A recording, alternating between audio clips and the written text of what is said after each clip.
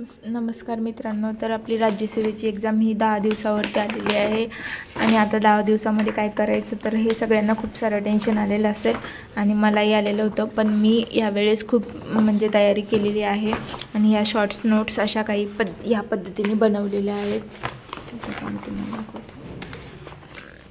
की ज्या की लास्ट टाईम पण मी अशा बनवलेल्या होत्या, पण रिव्हिजनसाठी वेळच भेटला नाही. तर मी आता 10 दिवसामध्ये फक्त यांना रिवाईज करणार आहे. तर तुम्ही पण अशा नोट्स केलेल्या असतील आणि जरी नसेल केलेल्या तरी काही प्रॉब्लेम नाही, मी ह्या तुमच्यासोबत शेअर करणार आहे. आणि आता मी डेली ह्याची डेली एक सब्जेक्ट रिवाईज करणार आहे. तर तुम्ही पण माझ्यासोबत रिवाईज करू शकता जर तुम्हाला माझी व्हिडिओ आवडत असेल, किंवा एकदा बघा आणि जर तुम्हाला वाटलं की नाही आपल्यासाठी महत्त्वाचं आहे, आपण बघू शकतो, तर प्लीज तुम्ही पण कंटिन्यू करत जा माझ्यासोबत डेली. मी डेली माझ्या नोट्स शेअर करणार आहे. तर अशा पद्धतीने मी काही या शॉर्ट नोट्स काढलेल्या आहे. सायन्सच्या नोट्स आहेत त्या. सायन्स हे मी इंग्लिशमधून करते कारण माझं सायन्स बॅकग्राऊंड असल्यामुळे. तर हे सायन्सच्या काही नोट्स मी काढलेल्या आहे याच्यामध्ये. आणि त्यानंतर काही करंट अफेअर्सच्या नोट्स आणि प्रत्येक सब्जेक्टच्या मी शॉर्ट नोट्स काढलेल्या आहे, ज्या की मला आता खूप प्रॉफिटेबल आहे आपल्याला या सिच्युएशनमध्ये. आणि ह्या काही नोट्स आहेत, तर हे आपल्याला दिसू शकते तुम्हाला की ह्या नोट्स करंट अफेअर्सच्या आहेत. त्यानंतर खाली हिस्ट्रीच्या पण नोट्स मी काढलेल्या आहे. ॲन्शियंट मेडिवल हिस्ट्री, जे काही खूप महत्त्वाचा टॉपिक आहे आपल्यासाठी, ॲन्शियंट हिस्ट्री वगैरे. तर मी आज ॲन्शियंट हिस्ट्री घेऊन आलेले आहे. कमीत कमी यामधून तुम्हाला 2 मार्क तर नक्कीच 2 ते 6 मार्क असं व्हॅरी करत असता. पण आता जो कल आहे आयोगाचा तो ॲन्शियंट हिस्ट्रीवरती जास्त दिसतो आहे आपल्याला. त्यामुळे ॲन्शियंट हिस्ट्री आपल्यासाठी खूप महत्त्वाचा भाग ठरणार आहे. तर मी आता सुरुवात करते. 1 मिनटं.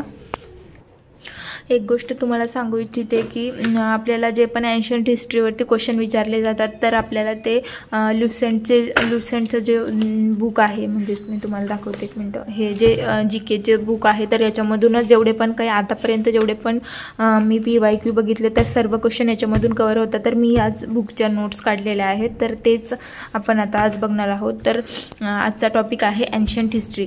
तर father of pre historic archaeology हे कोणाला म्हटलं जातं, तर रॉबर्ट ब्रूक फूट यांना आपण म्हणतो. आणि सर्वात भारताचं नाव भारत असं का पडलं, तर याच्यामध्ये आपल्याला वेगवेगळे प्रमाण आपल्याला ऐतिहासिक पुराव्यामधून भेटतात. तर याच्यामध्ये महाकाव्य आणि पुराणमध्ये भारतवर्ष नाव दिलेलं आहे, जे की जो राजा भरत होता याच्या नावावरून भारतवर्ष हा नाव देण्यात आलेलं आहे. त्यानंतर ग्रीक जे होते, तर ग्रीकांनी इंडस रिव्हर जी आहे, तर इंडस रिव्हरवरून इंडिया असं नाव दिलेलं आहे. आणि मुस्लिम इतिहासकारांनी हिंदुस्थान असे नाव दिलेलं आहे. आणि आपल्याला प्राचीन इतिहासाची माहिती जी मिळते, तर त्याचे आपल्याला काही सोर्सेस असतात. तर ते कोणते सोर्सेस आहेत, तर आपण ते बघूयात. की आपल्याला धर्मग्रंथांमधून माहिती मिळते, त्यानंतर ऐतिहासिक ग्रंथ यांच्यामधून आपल्याला माहिती मिळते. त्यानंतर रेकॉर्ड्स ऑफ फॉरेनर्स, जे काही फॉरेनर्स आपल्या देशामध्ये येऊन त्यांनी जे बुक्स वगैरे लिहिलेले आहेत, त्यांच्या पुराव्यांमधून आपल्याला भारताची इतिहासाची माहिती मिळते. आणि त्याच्यानंतर आर्किओलॉजिकल इव्हिडन्स, जे काही शिलालेख वगैरे असतात, तर त्याच्यावरून आपल्याला हे माहिती मिळते इतिहासाची. तर आपण सर्वात पहिले कोणता बघूयात, धर्मग्रंथ. कोणत्या धर्मग्रंथामधून आपल्याला कोणत्याची माहिती मिळते, तर धर्मग्रंथ कोणते असतात, जसं की वेद झालं, पुराण झालं. ऐतिहासिक ग्रंथ कोणते की चाणक्य नीती आणि अर्थशास्त्र कौटिल्यांनी लिहिलेले. त्यानंतर रेकॉर्ड्स तेच की जे चीनी भारतात आलेले किंवा दुसऱ्या ग्रीक भारतात आलेले यांनी जे काही लिहिलेले आहेत बुक्स वगैरे, तर त्याच्यातून आपल्याला मिळते. तर आपण सर्वप्रथम बघणार आहोत की धर्मग्रंथामध्ये रिलिजियस स्क्रिप्ट. धर्मग्रंथ काय, religious script. The oldest script of India is Veda. जे सर्वात प्राचीन ग्रंथ आहे ते आहे वेदा. आणि त्याचे कंपायलेटर म्हणजेच कोण, म्हणजेच काय की कोणी हे लिहिलेलं आहे तर महर्षी कृष्ण द्वैपायन वेदव्यास. महर्षी कृष्ण द्वैपायन वेदव्यास यांनी हे जे 4 वेद आहे त्यांचं संकायन म्हणजेच कंपायलेटर केलेलं आहे. आणि त्याच्यामध्येच की 4 वेद आहेत आपले, तर फर्स्ट जो सगळ्यात प्राचीन वेद आहे त्यालाच आपण ऋग्वेद असं म्हणतो. तर ऋग्वेदमध्ये 10 मंडल, 228 सूक्त आणि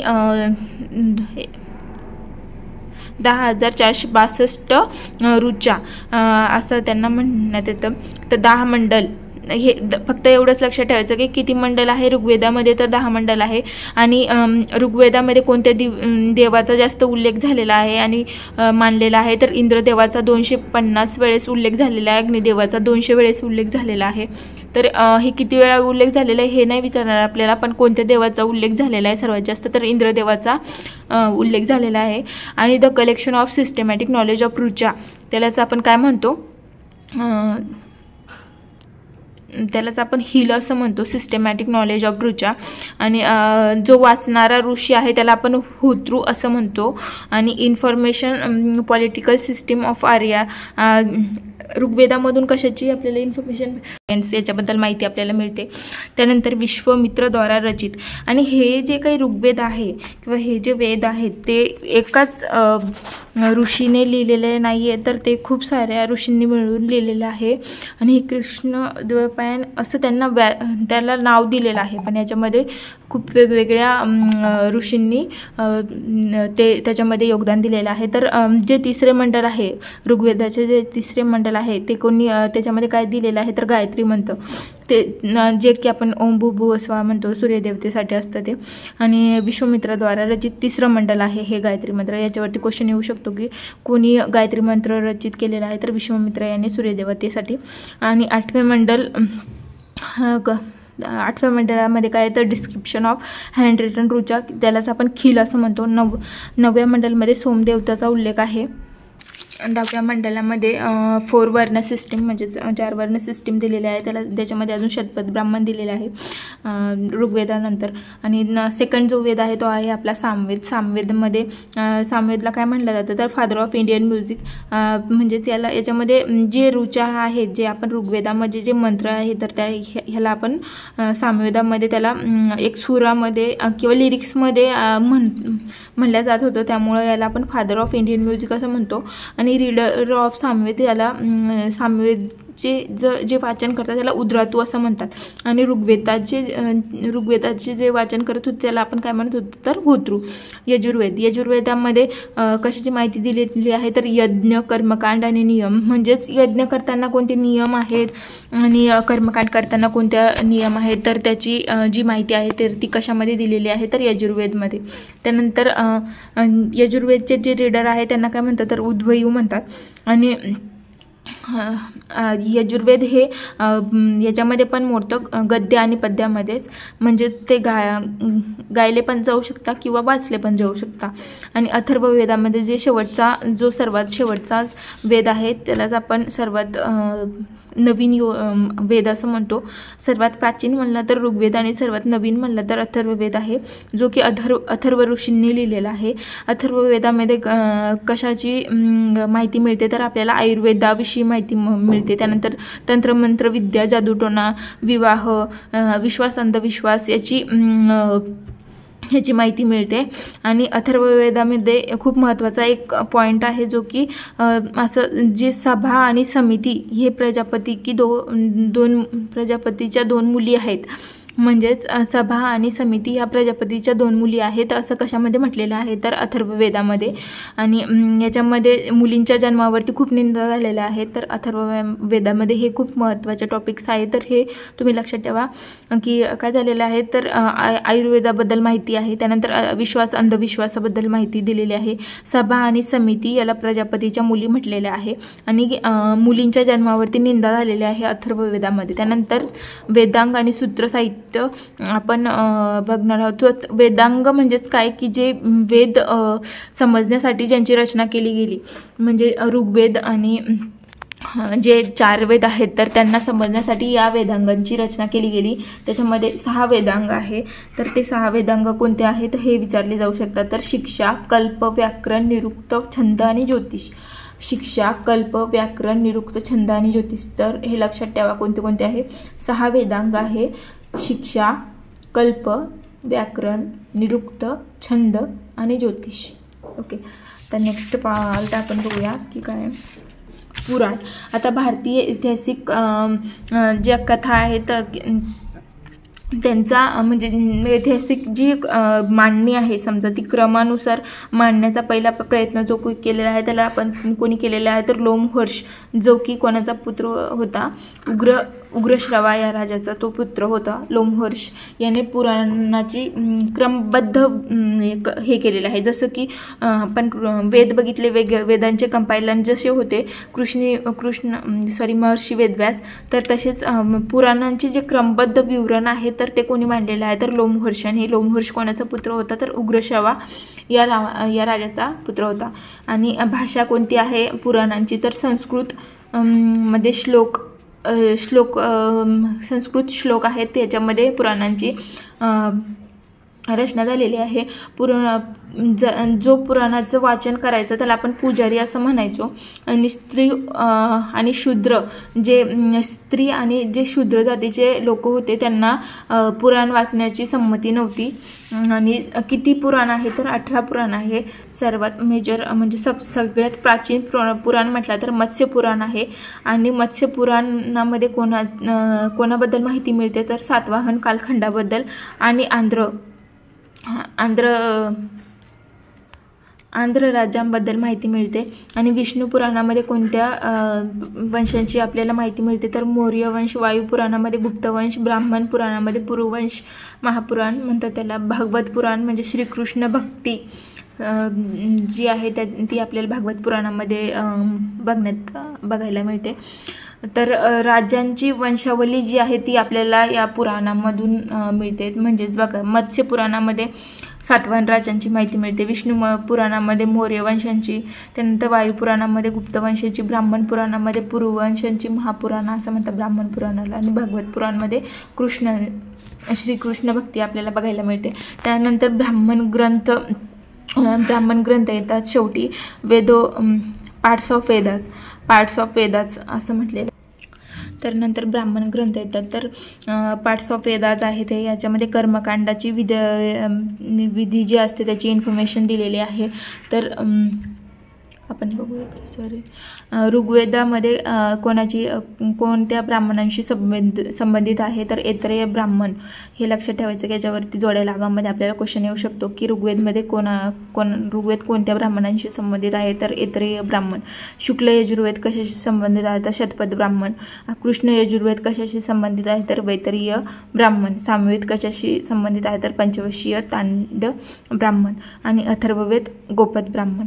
आता आपण नेक्स्ट बघू। तर आता आपण जे काही ऑदर वैदिक लिटरेचर आहे म्हणजे जे काही दुसरे पौराणिक ग्रंथ आहे त्याच्यामधून आपल्याला काय माहिती मिळते तर मैत्रिणी नावाचा ग्रंथ आहे, त्याच्यामधून मैत्रिणी नावाचा जो ग्रंथ आहे त्याच्यामध्ये म्हणजे स्त्रीची सर्वात पडलेली स्त्री म्हणजे सर्वात खराब स्थिती दाखवलेली आहे कोणत्या ग्रंथामध्ये तर मैत्रिणी।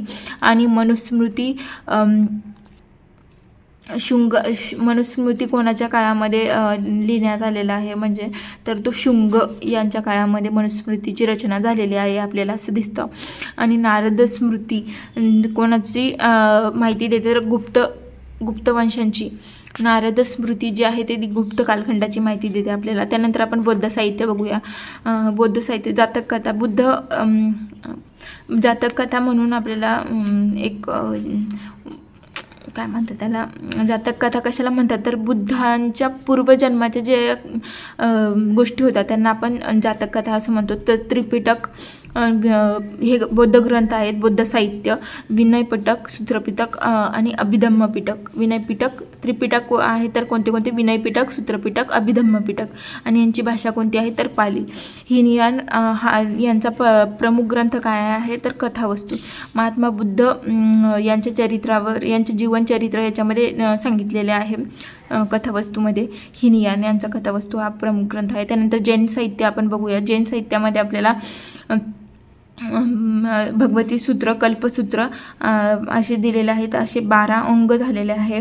आणि भगवती सूत्रामध्ये महावीर यांच्या जन्मावरती सांगितलेलं आहे. आणि कल्पसूत्रामध्ये जैन धर्म का प्रारंभिक म्हणजे पूर्वेचा जो इतिहास होता तो सांगितलेला आहे. त्यानंतर आपण ऐतिहासिक ग्रंथ बघूया. त्याच्यामध्ये इकॉनॉमिक्स हा पहिला ग्रंथ आहे जो कोणी लिहिलेला आहे तर चाणक्यांनी लिहिलेला आहे. चाणक्य यांनाच काय म्हणतात तर विष्णुगुप्त आणि चाणक्य किंवा कौटिल्य असंही म्हणतात. आणि मौर्यकालीन राजनैतिक, सामाजिक आणि आर्थिक स्थिती त्याच्यामध्ये सांगितलेली आहे. आणि लँग्वेज काय आहे या ग्रंथाची तर संस्कृत. त्यानंतर राजतरंगिणी हे जे क्वेश्चन आहे ते आपल्याला जोड्या लावामध्ये विचारले जाऊ शकतात की कोणता ग्रंथ कोणी लिहिलेला आहे तर चाणक्य यांनी इकॉनॉमिक्स हा ग्रंथ लिहिलेला आहे. त्याच्यानंतर राजतरंगिणी हा ग्रंथ कल्हण यांनी लिहिलेला आहे जो की संस्कृत भाषेमध्ये होता. हिस्ट्री ऑफ काश्मीर म्हणजेच काश्मीरचा इतिहास याच्यामध्ये सांगितलेला आहे. त्याच्यानंतर चचनामा, फादरनामा, सिंधवरती जो काही अरेबियन यांचे आक्रमण झालेले होते तर त्याचा जो सिंध विजय आहे त्याचा याच्यामध्ये समावेश केलेला आहे. तर चचनामा हा कोणी लिहिलेला आहे तर अली अहमद यांनी लिहिलेला आहे. आणि लँग्वेज कोणती आहे तर फारसी लँग्वेज. त्यानंतर अष्टाध्यायी कोणी लिहिलेला आहे पाणिनी यांनी. संस्कृत व्याकरणातील हा पहिला ग्रंथ आहे ज्यांना दादासाहेब तर्खडकरच आहे ना, दादासाहेब पांडुरंग तर्खडकर यांना पाणिनी असे म्हणतात आपल्या मराठी व्याकरणाचे. त्यानंतर त्यांनी कोणता ग्रंथ लिहिला आहे अष्टाध्यायी. त्यानंतर कात्यायन यांची गार्गी संहिता आणि पतंजली यांचा महाभाष्य. तर पतंजली यांनी महाभाष्य हा ग्रंथ जो लिहिला आहे तो कोणाच्या काळामध्ये लिहिलेला आहे तर असं विचारलं जाऊ शकतं तर पुष्यमित्र शुंग यांच्या काळामध्ये हा पतंजली यांनी महाभाष्य ग्रंथ लिहिलेला आहे. आता आपण बघूया की आपण जे इतिहासाची माहिती आहे त्याच्यामध्ये आपण कुठून म्हणजे कोणते भाग बघितले तर सर्वात अगोदर आपण जो भाग बघितला बघा तो म्हणजे धर्मग्रंथ, ऐतिहासिक ग्रंथ पण बघितले. आता आपण रेकॉर्ड्स ऑफ फॉरेनर्स म्हणजे जे फॉरेनर्स आलेले आपल्या देशामध्ये त्यांनी जे ग्रंथ लिहिले त्याचा आपण बघणार आहोत की कोण आलेले.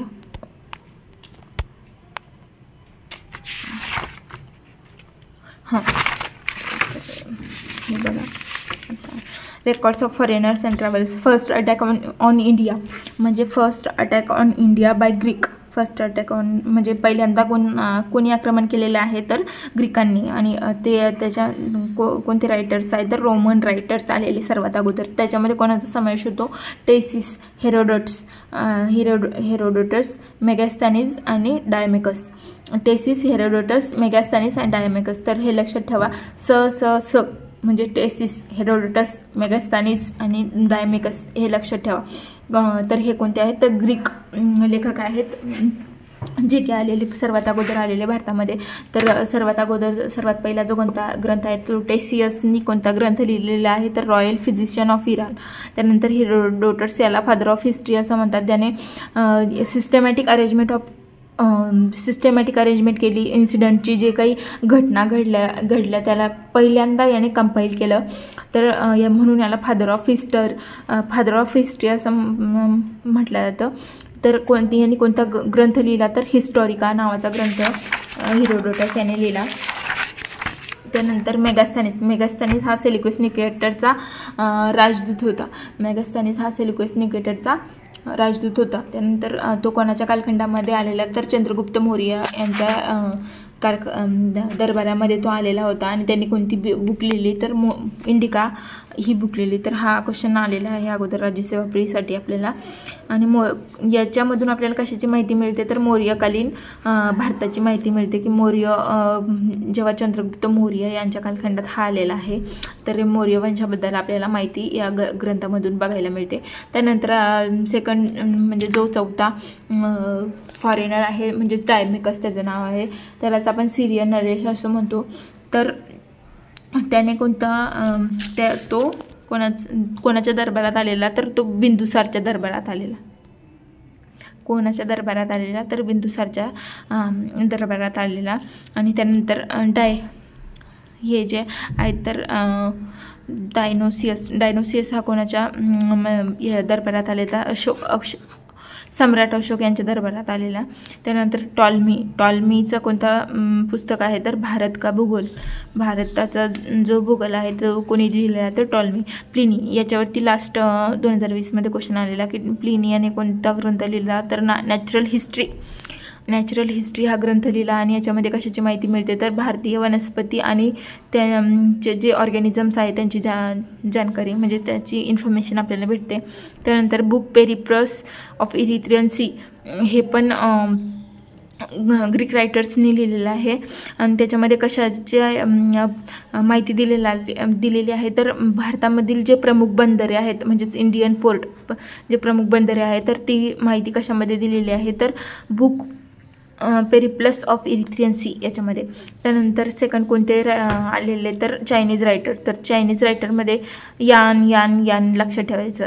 म्हणजे ते एक ट्युनिंग आहे बघा, फाईयान, संयुगन, हॅनसांग असे जे याच्या नावावरूनच आपल्याला कळून जातं की कोणते रायटर्स असणारे.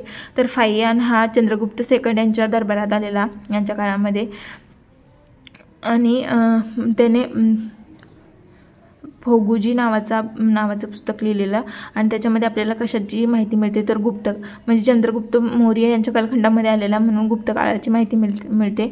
आणि मध्य प्रदेशमध्ये जे समाज होता आणि संस्कृती होती ती त्याने सांगितलेलं की खूप समृद्ध आणि खूप सुखी सुखी लोक आहेत तिथलचे. आणि मालवा म्हणजे जे काही मालवा पठार आहे तर तिथलचं क्लायमेटबद्दल पण त्यांनी त्याच्यामध्ये माहिती सांगितलेली. त्यानंतर संयुगन बौद्ध धर्माबद्दल यांनी माहिती सांगितलेली आहे. त्यानंतर ह्युएन आलेला हर्षवर्धन याच्या काळामध्ये आलेला, तर त्याने वर्धन पिरियडची इन्फॉर्मेशन आपल्याला दिलेली. त्यानंतर ह्युएन यानेच नालंदा विश्वविद्यालयाबद्दल आपल्याला माहिती दिलेली की स्टुडंट आणि टीचर याच्याबद्दल तिथे आहे. आणि आचार्य कोण होते नालंदा विश्वविद्यालयात तेव्हाचे आचार्य कोण होते असं विचारलं तर शिलभद्र नावाचे आचार्य होते. नालंदा विश्वविद्यालयामध्ये नालंदा युनिव्हर्सिटीची स्थापना हर्षवर्धन यांच्या काळामध्ये झालेली आहे. त्यानंतर इट्सिंग या चीनी यात्रीने यालाच अनुवादक असं म्हणतात. तर त्याने नालंदा आणि विक्रमशिला युनिव्हर्सिटीबद्दल माहिती दिलेली आहे. ह्युएन याने कशाबद्दल सांगितले आहे फक्त नालंदा. आणि इत्सिंग याने कशाबद्दल सांगितले आहे तर नालंदा आणि विक्रमशिला. आणि अरेबिक रायटर्स नंतर हे पण खूप महत्त्वाचे, याच्यावरती लास्ट टाईमला क्वेश्चन आलेला की अल्बरुनी याने कोणता ग्रंथ लिहिला तर किताब उल हिंद किंवा तहकीक ए हिंद भारत की खोज ह्याला असं म्हटलं जातं. आणि कोणती लँग्वेज होती अरेबियन लँग्वेज. तर अल्बरुनी याने कोणता ग्रंथ लिहिला तर तहकीक ए हिंद, त्यालाच किताब ए उल हिंद असं म्हणतात. त्याच्यामध्ये कशाची इन्फॉर्मेशन होती तर राजपूत राजांची इन्फॉर्मेशन होती. त्यानंतर धर्म त्योहार म्हणजेच जे उत्सव होतात आणि तंत्रमंत्र. त्यानंतर खगोलशास्त्र याच्याबद्दल माहिती याने सांगितलेली आहे कोणी अल्बरुनी. त्याच्यानंतर दुसरा अरेबियन लेखक कोणता आहे तर इब्न बतुता हा कुठून आलेला तर मोरक्कोमधून आलेला. शासन कोणाचं होतं मोहम्मद बिन तुघलक याच्या कालखंडात तो भारतामध्ये आलेला. त्यानंतर कोणती रिहला ही बुक लिहिली त्याने, तर त्याच्यामध्ये कशाची माहिती मिळते तर तुघलक वंश आणि दिल्ली सल्तनत त्याच्याबद्दल माहिती मिळते. आणि अदर रायटर्स त्याच्यामध्ये तारानाथ हे तिबेटमधून आलेले, कँग्युअर किंवा तँग्युर असं म्हणतात त्याला, त्यांची बुकचं नाव आहे कँग्युअर किंवा तँगूर. त्यानंतर मॉर्को पोलो 11व्या शतकामध्ये पांड्य वंशांच्या राजघराण्यात ते आलेले होते. त्यानंतर आता आर्किओलॉजिकल इव्हिडन्स आपण बघूया. तर आर्किओलॉजिकल इव्हिडन्समध्ये पण 3 प्रकार पडतात. ते म्हणजेच की इपिग्राफ म्हणजेच अभिलेख, आणि पिलर एडिक्ट्स म्हणजे स्तंभलेख, आणि कॉईन्स म्हणजे जे काही सिक्के वगैरे असतात त्यांच्या काळामध्ये जे सिक्के काढत असतील किंवा कॉईन्स असतील किंवा मग आपण त्याला मोगल त्याला काय म्हणायचे तर मोहर म्हणायचे. तर हे आर्किओलॉजिकल इव्हिडन्समधून आपल्याला काही मिळते. तर अभिलेख म्हणजे दगडावर लिहिलेले, इपिग्राफी आपण असं म्हणतो त्याला. तर खूप महत्त्वाचे अभिलेख आपण याच्यामध्ये बघणार आहोत की याच्यावरती पण एखादा क्वेश्चन येऊ शकतो आपल्याला. त्यानंतर सगळ्यात जुना अभिलेख आहे जो तो त्याला बोगाचकोई अभिलेख असं म्हणतात. आणि वैदिक देवता इंद्राचा खूप याच्यामध्ये उल्लेख दिलेला आहे. त्यानंतर सर्वात जुना अभिलेख आहे बोगाचकोई अभिलेख. त्यानंतर एरन अभिलेखमध्ये कोणाबद्दल माहिती मिळते तर भानुगुप्त. आणि सतीप्रथेचा सर्वप्रथम उल्लेख कोणत्या अभिलेखामध्ये केलेला आहे असं विचारलं जाऊ शकतं, तर एरनचा अभिलेख याच्यामध्ये सतीप्रथेचा उल्लेख केलेला आहे. त्यानंतर हातीगुफा अभिलेख जे की ओडिशा राज्यामध्ये आहे, तर त्याच्यामध्ये कशाचा उल्लेख केलेला आहे तर कलिंग राजा खारवेल याचा उल्लेख केलेला आहे. भारतवर्ष शब्दाचा पहिल्यांदा उल्लेख या हातीगुफा अभिलेखमध्ये झालेला आहे. त्यानंतर याच्यावरती तिथी नाही म्हणजे डेट दिलेली नाही आहे हातीगुफा अभिलेखवरती. त्यानंतर गरुड स्तंभ ग्रीक अँबॅसेडर हेरोडोटस भागवत धर्माची जी इन्फॉर्मेशन आहे ती याच्यामधून आपल्याला मिळते गरुड स्तंभामधून. त्यानंतर भितरी अभिलेख आणि जुनागड अभिलेख जे आहे त्याच्यामधून आपल्याला स्कंदगुप्त याच्याबद्दल माहिती मिळते. त्यानंतर प्रयाग अभिलेखमधून समुद्रगुप्त, होलमधून पुलकेशी सेकंड याच्याबद्दल माहिती मिळते. कॉईन्स आणि कॉईन्समध्ये आपल्याला ओल्डेस्ट कॉईन कोणाचे असतील तर आहात कॉईन्स असं म्हणतात. Stamp on piece of metal पहिल्यांदा स्टॅम्पचा कोणी वापर केलेला आहे तर आहत यांनी. Greek first writes on coins म्हणजे पहिल्यांदा नाण्यावरती लिहिण्याची जी प्रक्रिया आहे तर ती कोणी सुरुवात केली तर ग्रीकांनी. आणि समुद्रगुप्त हा जो राजा आहे त्याची एक प्रतिमा त्या कॉईनवरती दिलेली आहे ज्याच्यामध्ये दिलेलं आहे की समुद्रगुप्त यांच्या हातामध्ये वीणा वाजवताना जी प्रतिमा आहे किंवा जी इमेज आहे ती त्या कॉईनवरती दिलेली आहे. त्यानंतर सर्व जुने नाव ऋग्वेदामधील जुने नाव कोणाला काय म्हणत होते, कोणाला काय नाव होतं तर याच्यावरती पण क्वेश्चन आलेले आहेत. तर म्यानमारला काय म्हणायचे तर सुवर्णभूमी. म्यानमारचा उल्लेख काय दिलेला आहे सुवर्णभूमी. कंबोडियाचा उल्लेख काय दिलेला आहे तर कंबोज. आणि जावा जे द्वीप आहे त्याला यवद्वीप असं नाव होतं आणि मलायाला स्वर्णद्वीप असे म्हणायचे. तर म्यानमारला सुवर्णगिरी, कंबोडियाला कंबोज, जावाला यवद्वीप, मलायाला स्वर्णद्वीप असं म्हणायचे. तर हे लक्षात ठेवा. त्यानंतर